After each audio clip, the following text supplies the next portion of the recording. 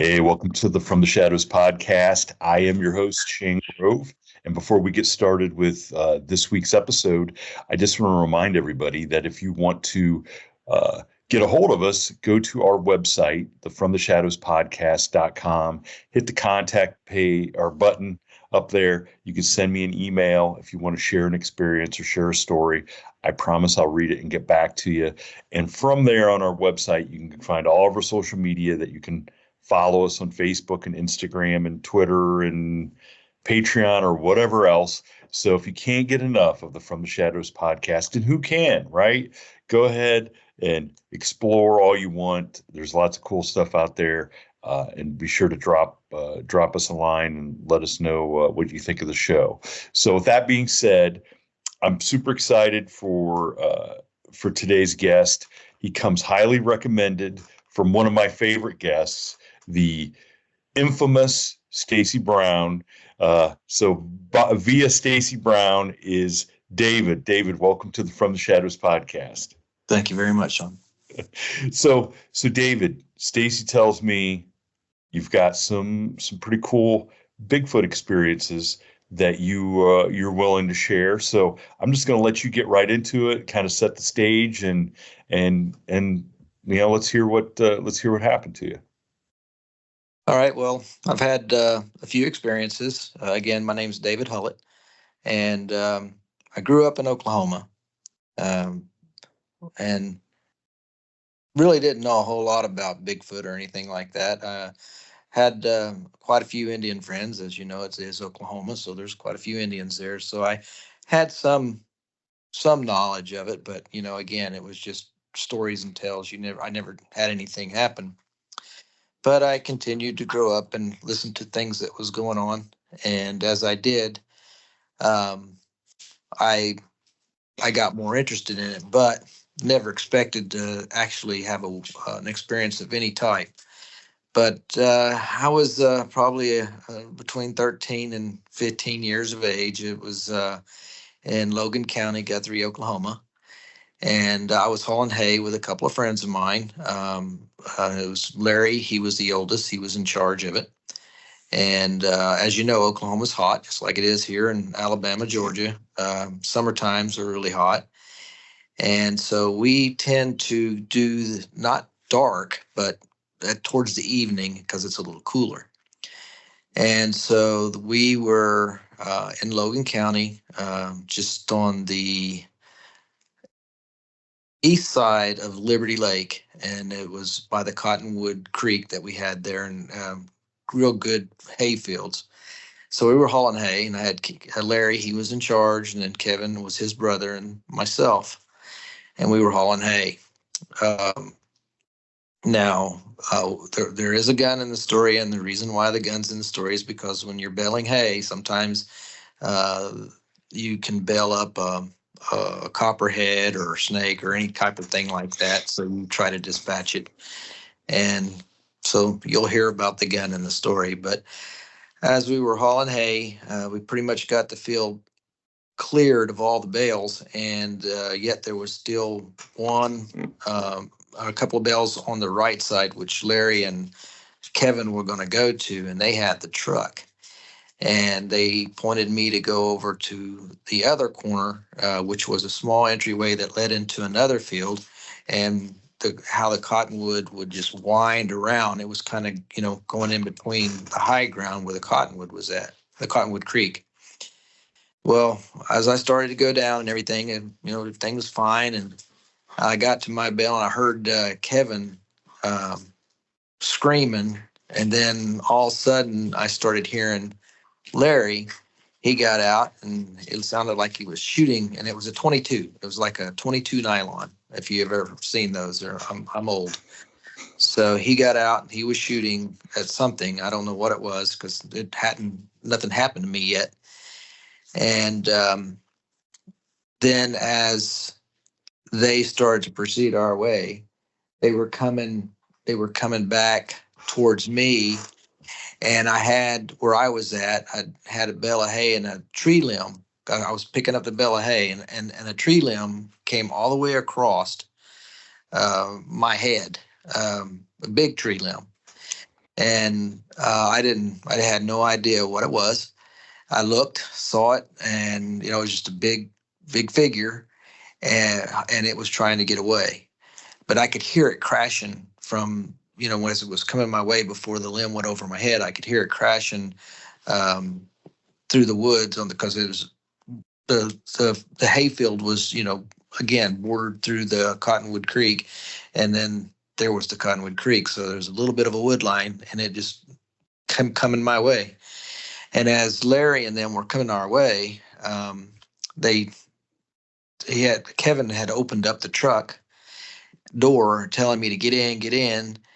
And so I dropped the bale of hay and I went to get into the truck and shut the door. And Larry turned the truck so hard, it was, remember, loaded with hay, it made the truck fall over onto its side. So now the truck is on its side. Jeez. And, Kevin was telling it's going to kill us, it's going to hurt us, is whatever. It was a long time ago. I can't tell you verbatim, but I can tell you that, yeah, we were scared. And um, nothing happened after that, other than we have a truck on its side and there's no way we're going to get it up. And we'd been gone so long that Larry and Kevin's dad came out, Dwayne, and they found the truck on its side and wanted to know what was going on. And so we kind of told them, and then next thing you know, we have the police there because they were deputies, and they even called a local game warden, which was like a father to me. His name was Chuck Stepp. And they came and they talked to us a little bit, and we wrote down the things that we saw, and then we gave it to them, and they had us leave the scene. Well, that area was closed off. We weren't allowed to go back there uh, for anything over 2 weeks. It was closed off. We could go back there.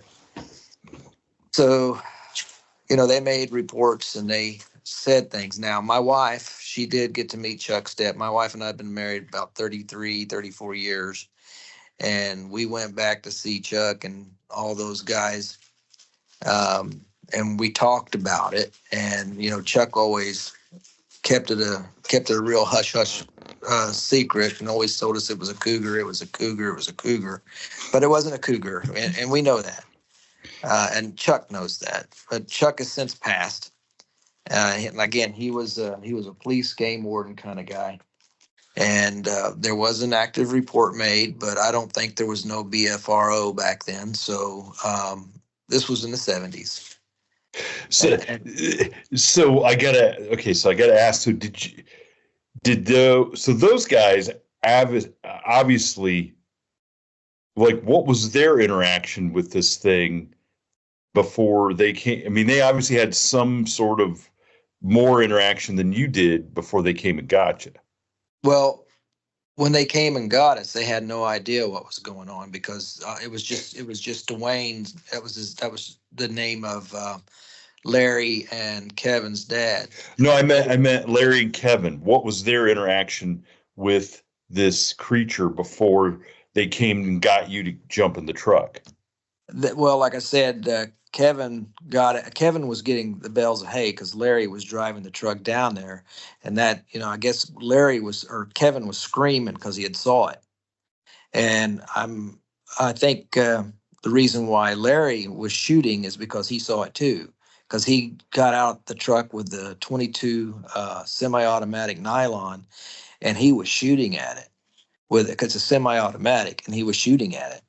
So now, if you imagine a corner like that, just a corner, he would have been over in the right corner, Larry and Kevin, and the creek would have come down like that towards me. So he was shooting that way towards me. They got in the vehicle, took off because that's the way the creature was going, but they were coming to get me, telling me to get in the truck, get in the truck. Kevin's got the door in. He's screaming, and he's pretty well panicking because I guess he got really close to it. And he saw, he had the full effects of it. I mean, he was scared to death. He thought he was going to die because he told when the truck went on its side and we're sitting there, Larry and everybody else was dumped on top of me because I was right on the passenger side. And, Kevin saying, we're going to die. He's going to kill us. He's going to kill us. And, but that was pretty much the reaction that they had. Now, I haven't talked to Larry since I left Oklahoma. Haven't Kevin, I believe, has passed away since this also. But it changed Kevin big time. It changed Kevin. I think he went on drugs and everything else because I don't think he could do anything about that night because he was pretty scared. He was horrified. Holy smokes! And then you said so a branch came flying Yes. over your head. Now did the creature? Do you think it threw it at you, or it was just trying to get away? And Trying to get away because he pushed the limb, and the limb was a good towards my end around 3 inches, but going up towards the tree, I'm pretty sure it was probably around 5 inches or more. And you could hear it cracking, but I don't believe it ever broke because he passed me as he was trying to get away because that's where the creek was bending to go back around into the other open field. And I believe that's what the creature was trying to do was to stay in the wood line and go to the right because that's what he was doing. He was to my left and he was going around to the right. So, yes. wow. And did you realize what you were seeing, or did you not know until you got in the truck with those guys? I didn't know what I was seeing. I knew it wasn't a deer. We don't have bear. I it all happened so fast. It was really quick. I did get to see the big figure, but it was kind of like it wasn't like standing there looking. It was trying to get away. And so, but I did see that.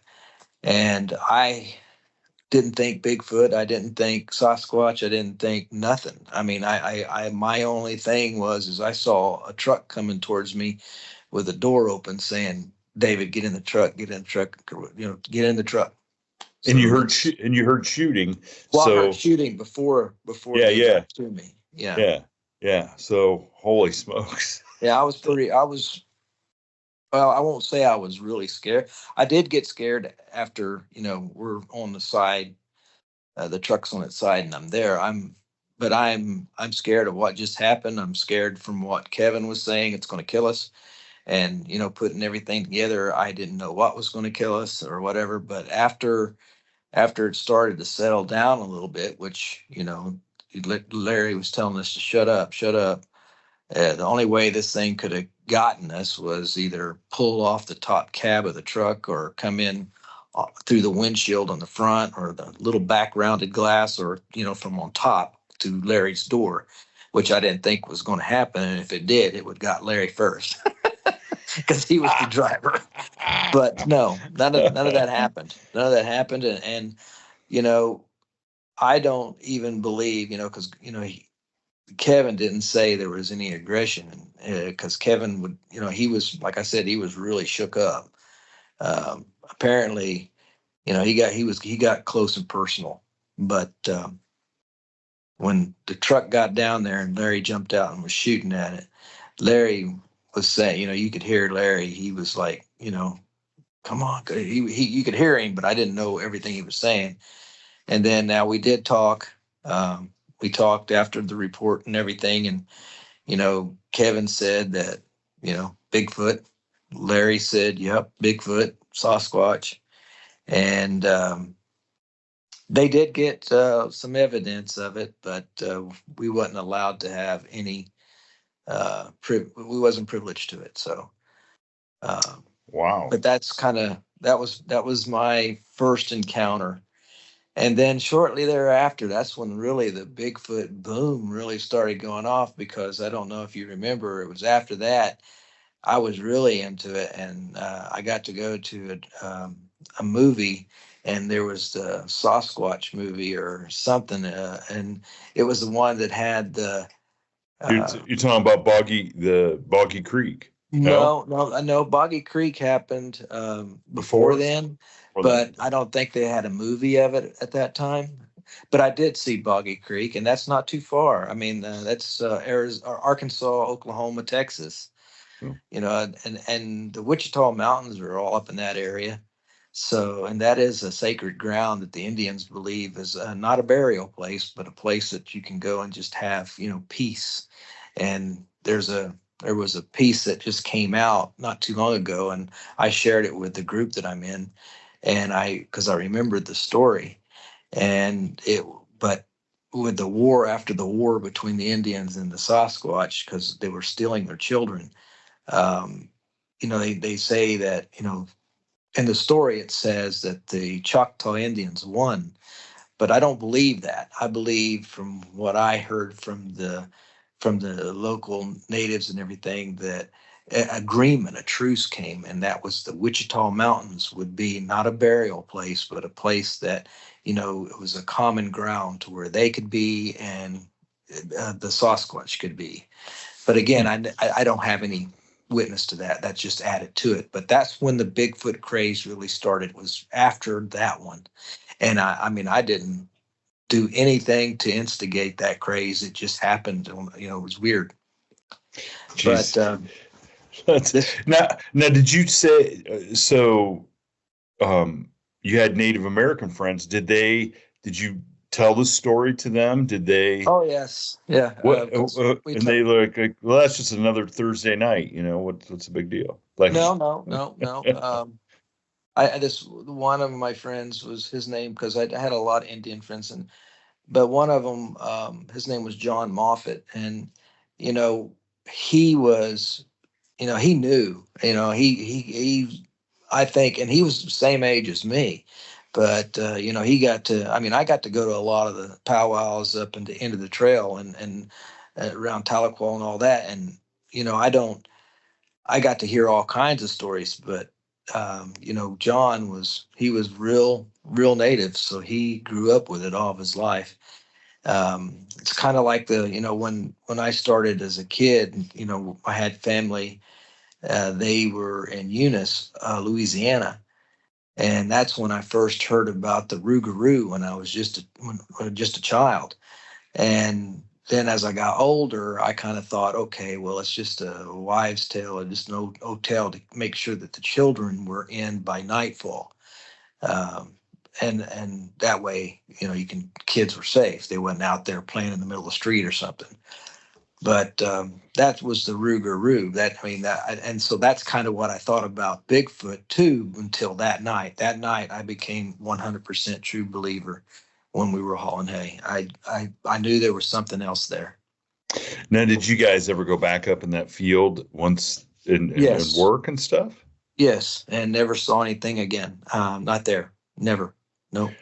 Now, I wonder. Now, the 2 week period they kept you guys out of there. They kept everybody out of there. They Do they uh, they taped it all off. Like one, they were saying it was because of the vehicle flipping over and stuff like that. It was an accident, so they treated it like an accident and an investigation. But there was more that they really wasn't investigating the truck. They were investigating what we had said, and they yeah. did find evidence, but we wasn't privy to it. Geez, see, that's kind of, it'd be cool to go back and see if there is some report that you could dig up out of the courthouse there No. and see what kind of evidence they may have found all these You know, years later. I did. I did talk with Chuck after that, and again, my wife and I went there, and he never came right out and said, but he kept it that way. I believe they tried to keep everything they could away from everyone. I Hmm. don't think they wanted to stir it, because it was just back then. It was. I mean, I've been back, and the area has grown unbelievable. And when I was there hauling hay as a kid in the 70s, I mean, there wasn't a house to be seen. But now they're all over the place. Hmm. So I don't know, if they were trying to keep things from the public, from things growing into. I mean, Oklahoma City is now the city. Well, I don't know. Oklahoma City has grown from past Edmond, Oklahoma, all the way out to Guthrie. That's kind of crazy. in the short Wow. time. I'm 60 now, so Mhm. yeah. So yeah, it's crazy. And I totally like I have that same frame of reference with like Columbus, Ohio. How far it has grown beyond the outer belt.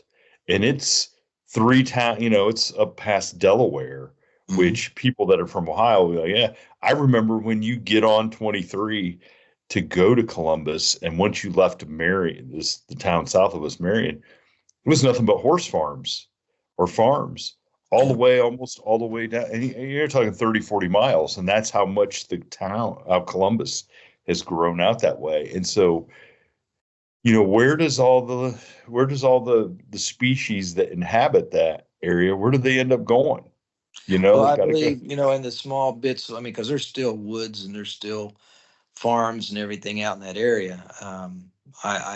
But I would say that, you know, I did tell uh, Stacy Brown Jr., I told him, I said, you can go out and you could probably feel like you're being watched, and you probably are.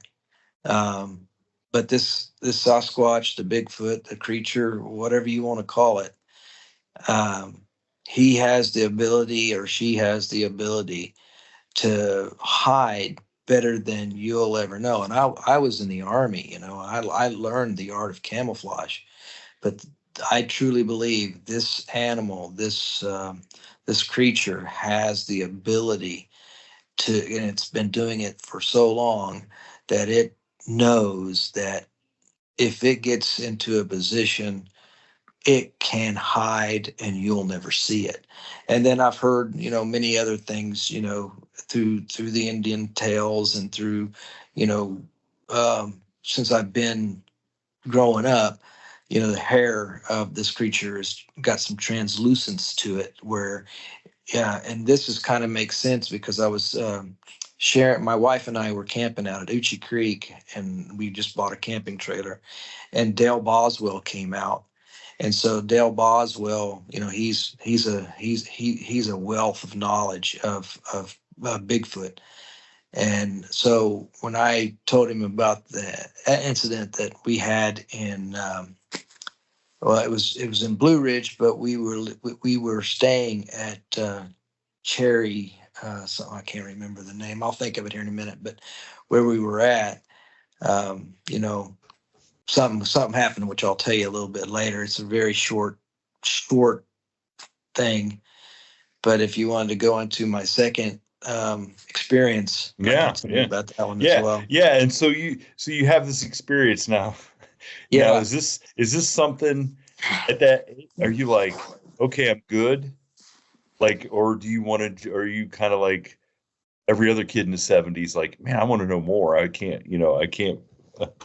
Well, my encounters, were not anything throwing rocks at me, or, me in a tent and having something outside growling at me or anything. No, none of my encounters were like that. Matter of fact, I've had two, and then the one that where I can tell you about, with my wife, we were in a car, but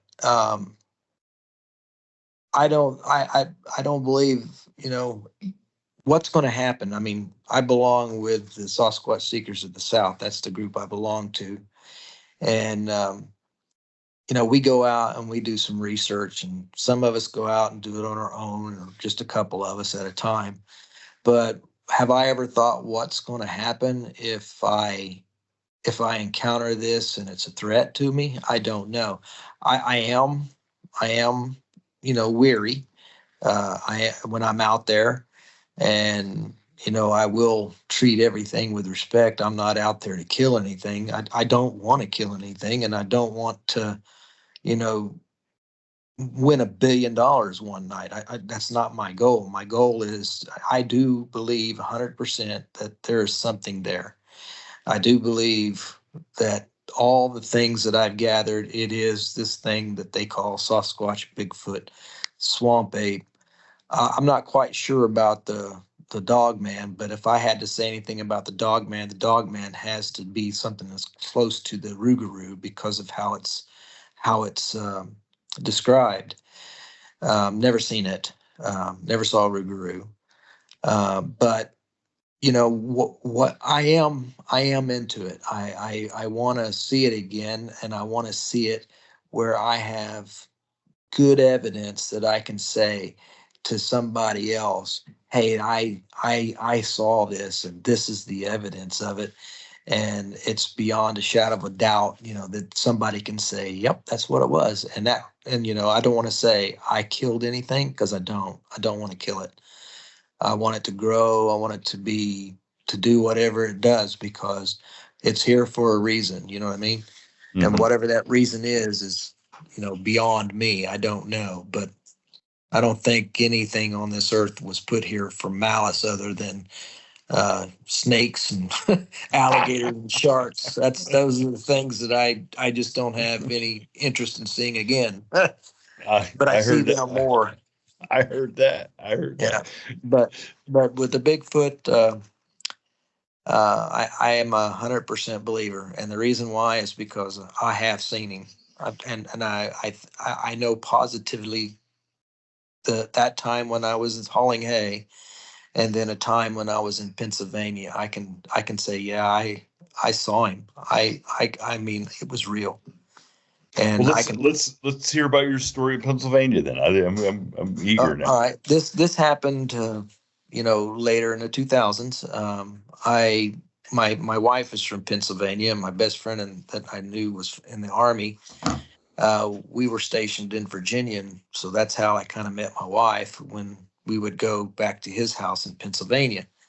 So while we were in Pennsylvania, we would hunt, and that you know started a long time friendship.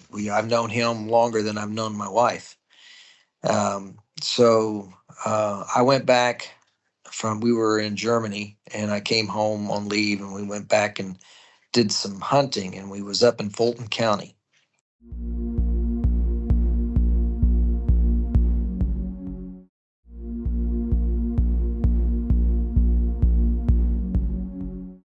And this is where we have our little hunting camp. Now that Fulton County kind of borders the Maryland, Virginia. Okay. Okay, so you have like, if you have Hancock, Maryland, you have Berkeley Springs, West Virginia, and then you have Pennsylvania, Fulton County. So that's how close it is. Well, we were out there hunting, and well, I didn't have a hunting license. But I went out there with him, and I said, "I'll just push deer your way. I'll go out and walk around and do stuff, and maybe they'll come down to you." So he got out and went up down to a stand, and I waited for a little bit. We called the bear log. So I waited there at the bear log for him, and that's where I would meet him again after the hunt was over, because I didn't want him shooting me, which he wouldn't. But I had vest on. I was, I was. You could see me.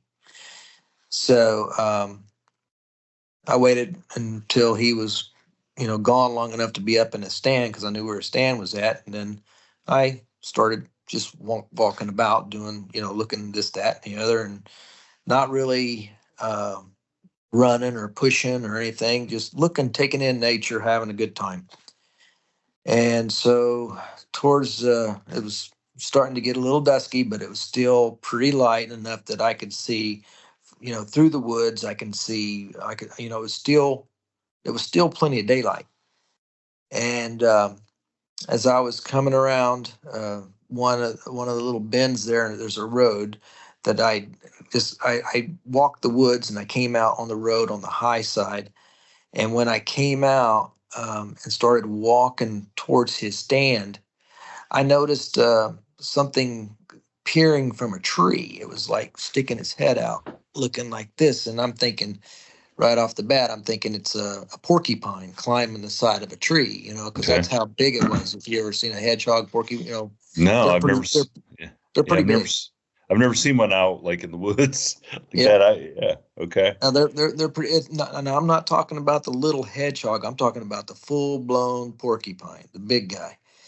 And but I I could tell, because this thing went to the other side, went back to this side, went back, and I'm like, nah, that's not a porcupine.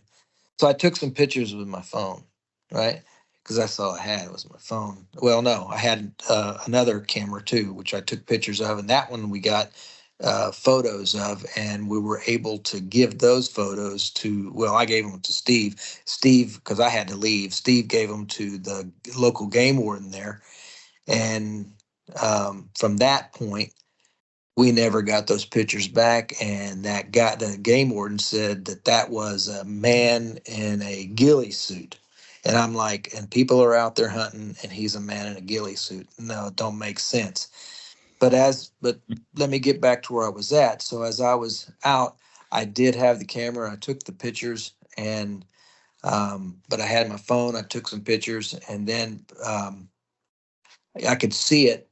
It would lean out like if you're me, okay, if you're me, and there's a tree right here, you could see it lean out like that, come back in, lean back out, and come back in. So it was clearly looking at me.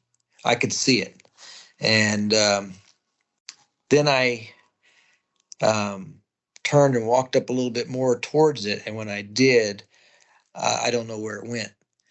So I knew it was there. I didn't have a gun, but I did pick up a big stick. I started feeling pretty nervous at the time. Never did I smell anything. I never smelt anything. Never. Um, so I got up to the bear log where I'm supposed to wait for my buddy to come up, and now it's getting kind of dark. And I'm more scared now because it's dark. I can't see. I can see, but not real well. And then I see my buddy's headlamp coming up, and finally he got up there, and I said, "Hey, man, did you see anything weird?" I was talking to him, and I had a hard time, convincing him as we're walking back. But when I did show him the pictures, when we got the pictures, he's like, "Yeah, I don't know what that is." Um, but he could see it. I don't have a moving, I couldn't film it, but the pictures were pretty clear. And so he said, "Well, let me take it over." And he showed this one guy, and that guy says, "Yeah, that's not a porcupine," because that's what I said. When I first saw it, I thought it was a porcupine, and then I knew. I said, "No, I think it was a Bigfoot." And I mean, I can clearly see those pictures today. So then he brought those back, and he took it to the Pennsylvania Game Commission. And when he gave it to them, and they wouldn't give the pictures back. Never gave the pictures back. And now remember, this is Fulton County, and that's it was a public hunting land. It was like a wildlife management area. But we have a hunting camp just right out, on the edge of it, and literally we can walk out our door of the cabin trailer there and walk into the forest and be there. That's how close it is. So if you look at the Fulton County area, you'll see where that wildlife management area is, and you can see how close it is to Maryland and West Virginia. It's just right there. So yeah, that was that, and this was many years after the Oklahoma, because this happened in 2000. I want to say 2013 or something like that. I can't really remember. I can't remember. I'm not good on the dates, but I'm clear on that picture to this very day, and I'm clear of what I saw that day, because none of it was blurry. None of it. It was clear as day. And when you kind of, for the people that won't watch aren't watching this on YouTube, when you leaned out, like, did its whole head came out and there was You could see the space? shoulder. You could see the shoulder. Okay.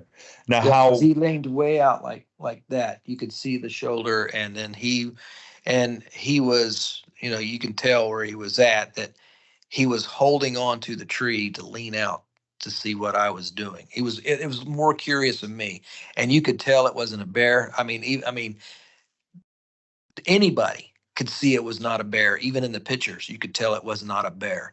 And when they came back and said it was a man in a ghillie suit, and I was like, no, there's people in the woods. going to shoot something, and you know, I'm in Hunter's Orange, my buddy's in Hunter's Orange, that guy, you know, is not going to be out there doing that because there's other hunters in the woods. So there was just no rhyme or reason why there would be a man in a ghillie suit hanging from a tree, you know, Well, looking at me. let's be honest. If it really was a guy in a ghillie suit, they'd have gave No, it you the wasn't. pictures back. You know what Yeah, I'm saying? They'd have given yeah. you the pictures back if it No, they was did really. not. Yeah, that's what I'm And, saying. It, but there's and I know shortly. I think it was either there was a a guy who was killed out there, but not by a Bigfoot. It was by a guy, another man. But that's how crazy that area was. He was a game warden. He was a game warden. oh, His name was David. His name was David too. So I know in that area where he was, you know, because and it I was know not far from there. and I know the area you're talking about. It's where all those states like are right close tight together because right you said Beckley Springs, right? Berkeley Springs, yeah. Berkeley Springs. Okay, I think we you can try. I think coming back from the Outer Banks, we have gone up through that Yep. area back towards Pittsburgh, and Yep. it's weird. Like, You did. yeah, that's okay. And every for people that are listening all around the world and stuff and don't understand, like West Virginia, that area, West Virginia, Pennsylvania, like you just drive through there and you're like, well, there's no way there's not a Bigfoot or there's Yeah. not something because that area is like so Even untamed. today. Yeah, Yeah. so Even untamed. today. Yeah, for Because sure. we drive up that way from where I'm at here. I'm on the Alabama Georgia border. I'm right on the Chattahoochee. And if you go out where I live, I can walk down to the Chattahoochee River, put my feet in the river, and I'm literally standing in Georgia. So that's how Yeah, close to the state line yeah, I'm in. So, yeah. but when we drive back, we go up through Atlanta and then we hit 80 and then jump on 70, and then that goes up that way. And if I took 522, that would take me into Berkeley Springs, through Hancock, um, up into Virginia, and then I'm trying to think of that town because it stops right there, and you either get on. Um, I can't think of the name of it, but if somebody looked at the map, you could Yeah. see. I mean, there's that place, that area is still to this day. It's so steep and so wooded. There, you can't build on it. I mean, there is farms and houses around here and there wherever it's flat, but it isn't the most area. It's not flat. No, it's in that it's like those places up through West Virginia. Like you get off at the exit, like where all the restaurants and stuff are. But if you drive anywhere like a mile, it's like, how does anybody live here? The roads are all curvy, and then there's a mountain on one side, and it's really And where's crazy. the hospital? There, you know, because that's one thing that you Yeah, see when you get off at a town or something like that. You always see a hospital sign on the highway. This way. There's mhm. none there. There's none there. Well, it's like 25 miles away. It's Yeah. just there's a hospital, but it's like it's a Well, like ways. okay, and the town that I was thinking of, where my wife and I were, she can't tell you what she saw. The only thing I can tell you is, yeah, I know what it was. But I mean, that was Cherry Log, and it was set Oh, outside yeah. of this place, Blue Ridge. So, um, and that was we'd been up to Blue Ridge, my wife and I, and um, I don't know. I think we did stay in a cabin there, and it was the same cabin we stood in because when we were out there walking around Blue Ridge and looking at all those areas there, my wife noticed a sign that said Oyster Bamboo Building Fly Rods. So I went in there and she said, go in there because it had a sign about building those fly rods. So I went back in there and the guy said, hey, just a minute, came back in. And because I'm a veteran, he said, we have a slot for you in next week's class. Can you come? Or 2 weeks from then, can you come back? And my wife said, yeah, we'll come back. So we came back and we stayed in the same cabin in Cherry Log. And then it was around the last night, my wife and I were driving back. to Cherry Log. It was our last and final night there. And as we were driving, this flash just went across the road just like that. And I mean, it's like, and if you know what that area looks like, it's mountainous and it's vegetated, trees, all kinds of stuff. And this thing moves so fast and so quick. I was like, I ain't saying a word. I'm not saying a word. And my wife looked over at me. She said, "Did you see that?" And I said, "Yep." And I said, "I wasn't going to say a word." She says, "Do you know what that was?" And I said, "I know what it was, but do you?" And she's still today. Um, she's still today. She don't know what it was, and because of how fast and how ghostly blurry it was just like, and it was physical. It was there. I saw it. She saw it. She saw it. I saw it. It was there. And, my wife doesn't believe in Bigfoot whatsoever, but I think this kind of puts her in that there might be something else there category. And I wanted her to stop because I wanted to see if I could see any footprints, and she said, "No, no, no, no." And we drove on. And this area happened to be between, um, you were on a hardball road, and then you hit this dirt part of the road before you had to hit another. That was on that dirt road area. And man, I'm telling you, it was so quick. But could you make a complete outline of it? No. And this is why because I told Dale about this just last week. I said, my wife, she goes, "Well, you really couldn't tell because it was like ghostly. It was like really fast." And Dale looked at me. I looked at him, and I said, "I know it's the hair. The hair of Sasquatch, Bigfoot, whatever you want to call it.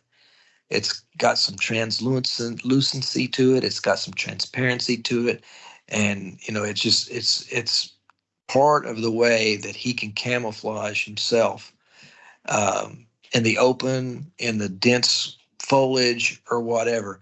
This guy is the master. I mean, I've seen this before. So I didn't coin this. Somebody else coined it, but he is the king of hide and seek. Oh yeah. He's the winner. And I will tell you this. If you're in the woods and you feel like you're being watched, well, you're not alone. Because I honestly believe that if you have that feeling and that happens, you don't go find Bigfoot. Bigfoot finds you. That's the bottom line. And if you do find Bigfoot, do you know M.K. Davis? No, I do not. Okay, well, M.K. Davis is a very, very he's a great guy. He really is. He's fantastic. And he is a Bigfoot debunker, Bigfoot expert on photography and all of that. His name is M.K. Davis. Well, he came last year and he spoke. He's coming this year again to speak again. And I know he has some information on that hair. He doesn't have hair that he's taken a sample of and got DNA on it or nothing like that. No, he can tell you a little bit more about that hair. I think it was him that talked about it once before, and then some other folks that have talked about it once before. You can even talk to Stacy Brown Jr. and he'll tell you, about the hair and stuff and how. But it's I can tell you right now, I'm a believer 100%. I know of 2 incidents that I can tell you for sure I've seen it. The incident with my wife and I'm going to say I know what it was, and my wife doesn't know what it was, but it to me was a Bigfoot. And well, I'm gonna say, I mean, like the story you just told with you and your wife, that's a story, I've heard hundreds of times. Crosses in front, people barely get a glimpse of it because it seems to move so fast and the hair, and it's almost a blur. Then you hear time and time again about them peeking around trees. Okay. I mean, that's a very common story. I have not heard of anybody dumping over a truck load of hay, though.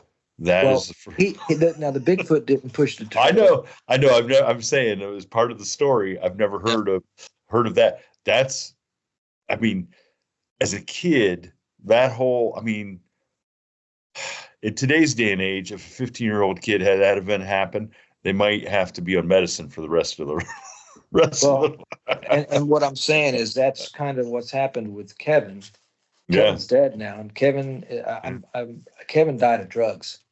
And I can tell you, Kevin wasn't on drugs when that, Larry might have been smoking marijuana, but nothing else. But I think Kevin was never the same after that. Kevin was never the same after that. Well, I often, I get asked a bunch, to go out in the woods with people and go to places that, they're like, hey, look, we know they're here. And I believe, I mean, I've had enough experiences and I believe the people that come on and tell me their experiences. Okay.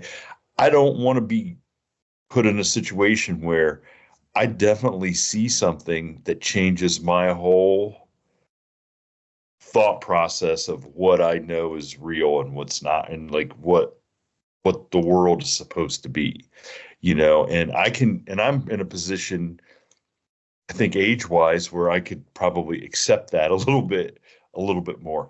I can't imagine a 14, 15-year-old kid being confronted with something like that changes everything you've been told up to that point, like what is supposed to exist in your world, and I could see how it would lead somebody to, taking drugs to forget that, because, if that's out there, what else is out there that you don't know about, and Yeah. that you haven't run into, and so yeah, I'm real cautious when people say, hey, come on out and you can.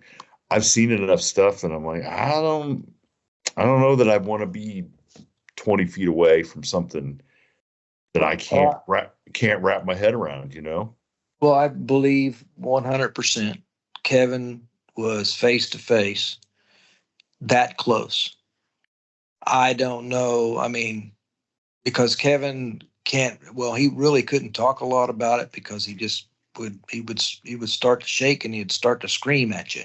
Hmm. But I honestly believe, he felt him, he touched him, he had physical contact, and Larry jumping out the vehicle and shooting, and as this thing's trying to run away, they never said that. Now that's one thing that I can tell you, I know for 100%, they never said he was trying to hurt anybody. He did not say and again, when the truck flipped over, I just, because it with a load of hay, and as he's turning, the whole truck fell over and on its side. It didn't roll or none of that. It just boom, Hmm. and that was it. But that was because of trying to flee the area in a top heavy vehicle, and you Hmm. go over. And but from I do believe that the law enforcement, Chuck and the guys there, we're trying to keep that from people coming out there to do a bunch of stuff, from making it a hype, because back then, those were not, you didn't talk a lot about that. And if you go back to Oklahoma, my wife would tell you Oklahoma's 10 years behind the times, even to this day. So people are, the people there are pretty simple, and they don't like to get a lot of attention to themselves. And that would have brought a lot of attention. So Yeah. Yeah, that and the whole, it just being a part of the native culture. yeah. It's like, look, we've come to an agreement. They're not gonna hurt us. We're not gonna hurt them. Let's not get people out here with guns trying to, you know. Well, there's a story about the Choctaw and the Sasquatch, and it's a story that's it starts off with the encounters, and then the incident, and then the war. It kind of happens such as that, where the encounters is they got the Choctaw Nation is having, visitors coming in, stealing from them, taking things and stuff like that. And then next thing you know, the incident is okay. Now that was the encounter. Now the incident is now they're grabbing the children and taking the children, and the children aren't ever being seen again. And then the war was okay. So they sent out people that were real good at tracking and all of that other stuff. I got a dog here. I'm sorry. And so they meet up and they have this great big fight, which they call the war. Any fight is a war amongst the Native Americans. And then it says, okay, well, there was plenty on both sides lost, but the outcome is the Choctaw won, and they never had their children stole again. Well, then if you sit down and you listen to the stories, you'll hear the stories and they'll repeat this story and they'll tell you that, it was decided that a piece of land along, and I believe that piece of land is in Wichita with an O, Oklahoma. And that land was considered sacred. It was not to be a burial ground. It was not to be, desecrated with any type of thing, but it was a place that, the Choctaw or Bigfoot or the Shawnee or the Cherokee or whoever could go into that land and be at peace with the land, Mother Earth. And so that's kind of like, you didn't go there to honor the dead. You went there to honor Mother Earth and have peace. And so therefore that's where the creature could be, and that's where the Indian could be as well. And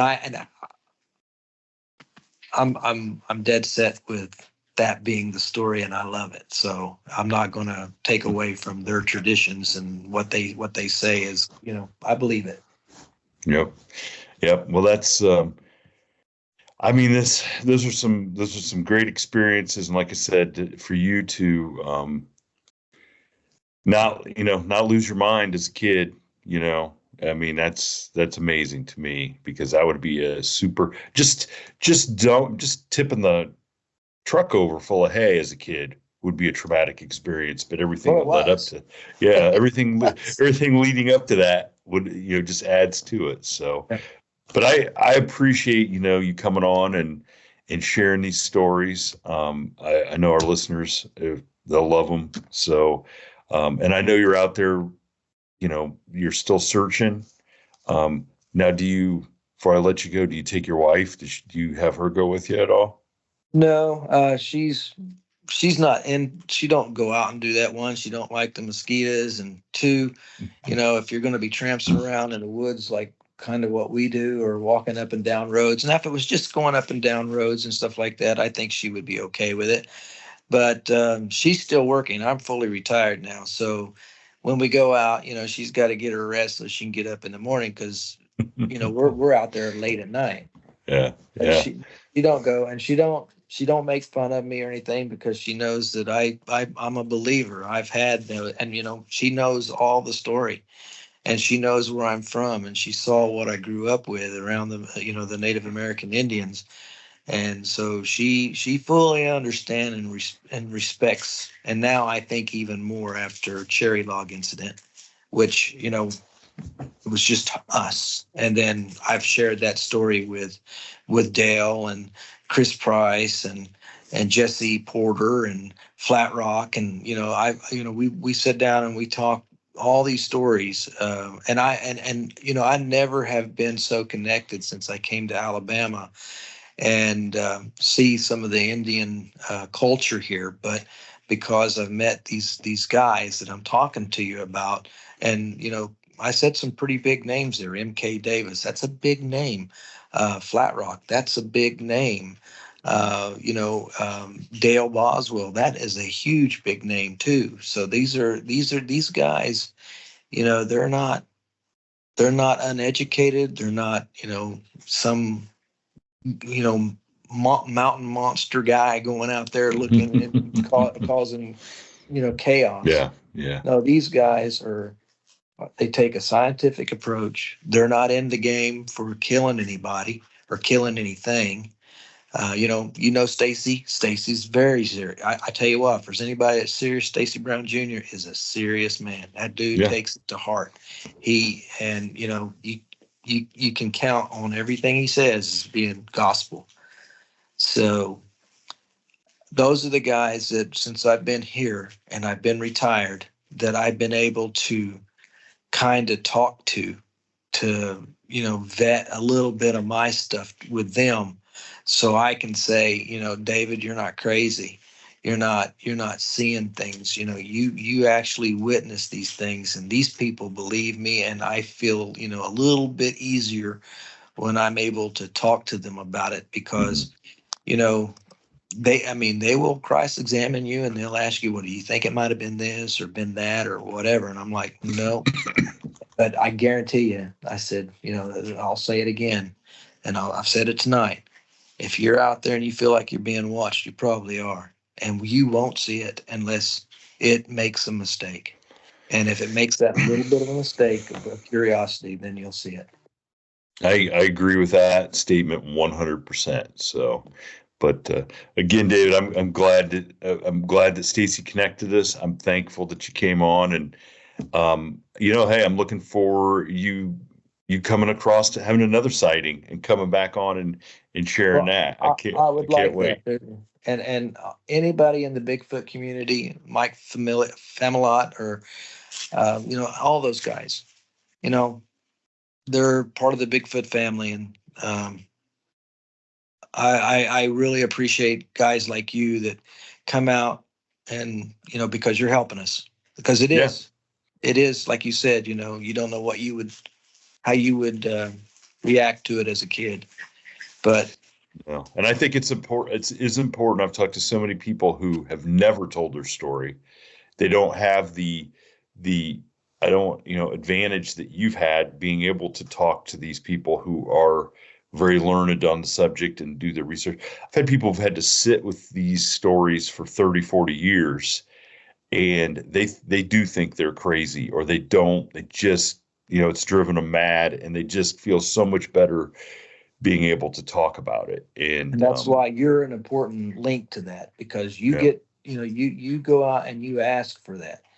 And you've got the mindset that, you can sit down and listen to it, and you can reinforce to those people that, that you're not crazy, so that's a big thing that people like you do. And that's a plus to us all.